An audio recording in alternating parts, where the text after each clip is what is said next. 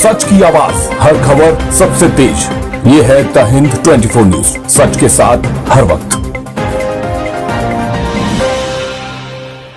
नमस्कार, आप देख रहे हैं द हिंद 24 न्यूज और मैं हूं आपके साथ साक्षी निर्वाण। आइए नजर डालते हैं आज की कुछ खास खबरों पर।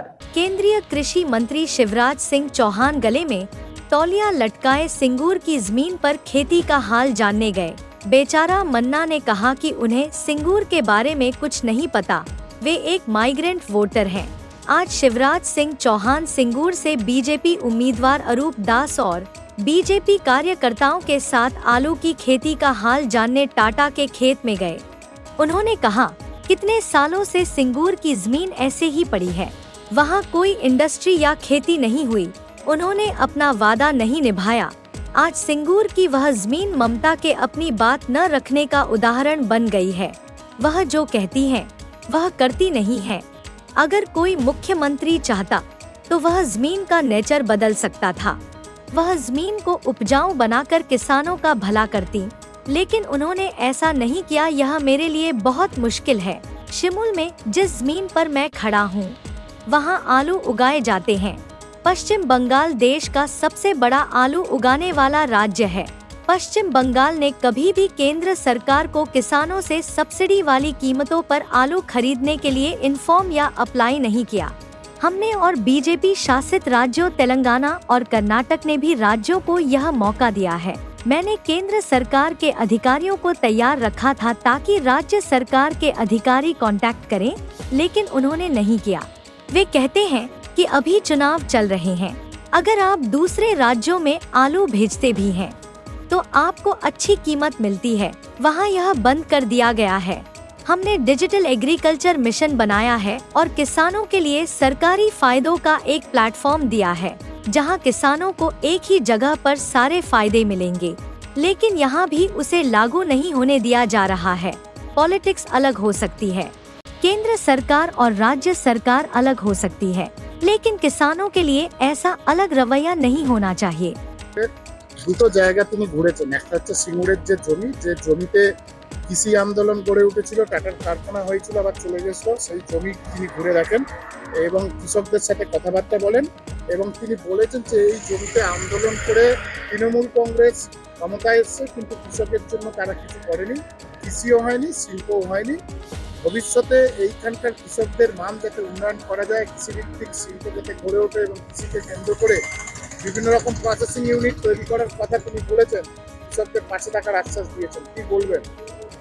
দেখুন, শিবরাজ সিং চৌহানজি তিনি ভোট পাখি, পরিযায়ী পাখি। তিনি সিঙ্গুরের বিষয়ে জানেন না বলেই তিনি এইরকম মন্তব্য করলেন।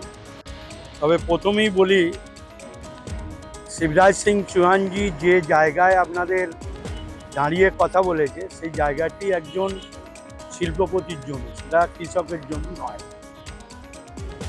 দ্বিতীয় হচ্ছে যে নরেন্দ্র মোদী তিনি জানেন যে কোন জমিতে শিল্প হয়, কোন জমিতে শিল্প হয় না।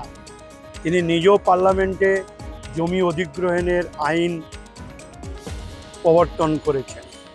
সেখানে 75% জমি প্রাইভেট জমি, যদি মালিক স্বেচ্ছায় দেয় তাহলে 25% জমি অধিগ্রহণ করতে পারে।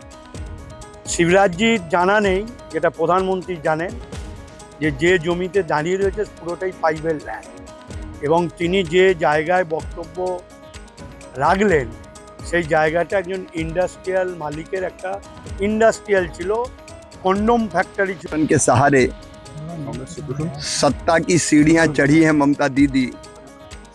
उन्हें कम से कम वहाँ के किसानों की हालत तो बदली होगी, लेकिन कितने बरस हो गए, आज भी सिंगूर की जमीन ज्यों की त्यों पड़ी हुई है।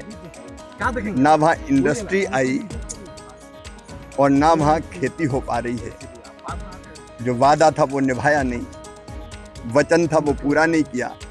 आज सिंगूर की धरती ममता की वादा खिलाफी का उदाहरण बन गई है, प्रतीक बन गई है कि कहते कुछ हैं और करते कुछ हैं।